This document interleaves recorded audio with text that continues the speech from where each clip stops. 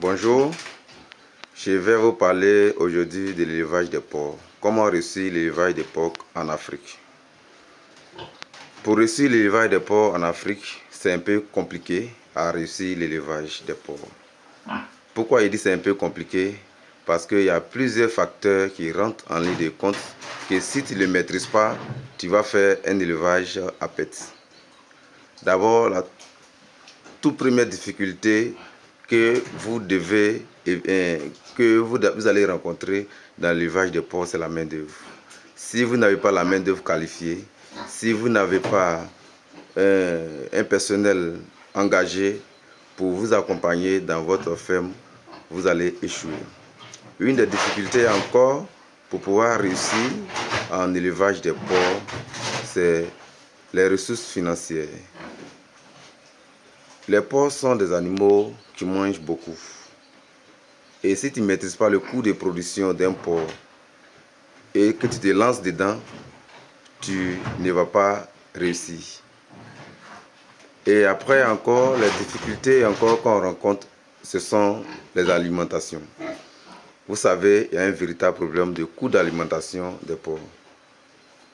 Même la matière première la plus populaire qui rentre en ligne de compte dans l'alimentation du porc, qui est le maïs, on a du mal à l'avoir depuis l'Afrique. Il peut arriver un moment où le sac de maïs peut coûter jusqu'à 30 000. Ou même le sac de 50 kg qui est fabriqué par un grossiste, par un fabricant d'aliments, va coûter plus cher. Et quand tu vas acheter pour pouvoir nourrir tes porcs jusqu'à ce que ton porc arrive à vendre, quand tu viens de vendre, tu vois que tu n'as pas fait peut-être de bénéfices. Alors, comment éviter tout ça pour pouvoir réussir?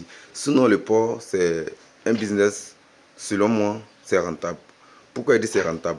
Parce que jusqu'au jour d'aujourd'hui, les gens continuent d'importer les pattes de porc, les côtelettes, les têtes de porc du Brésil, de la France, de l'Italie, de l'Hollande.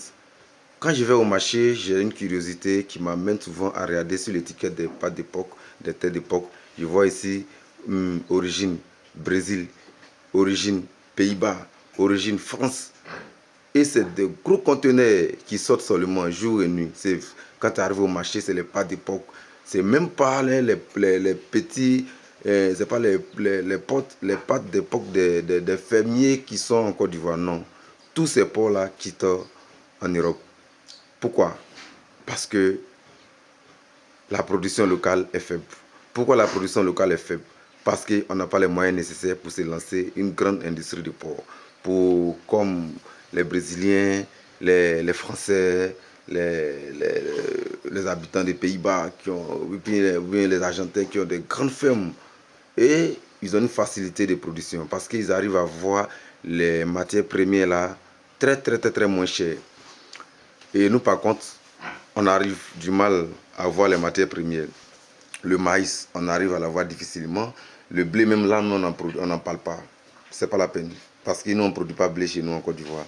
On ne produit pas soja chez nous en Côte d'Ivoire. Les concentrés aussi, on ne les fabrique pas. Tout ça là, sont importés.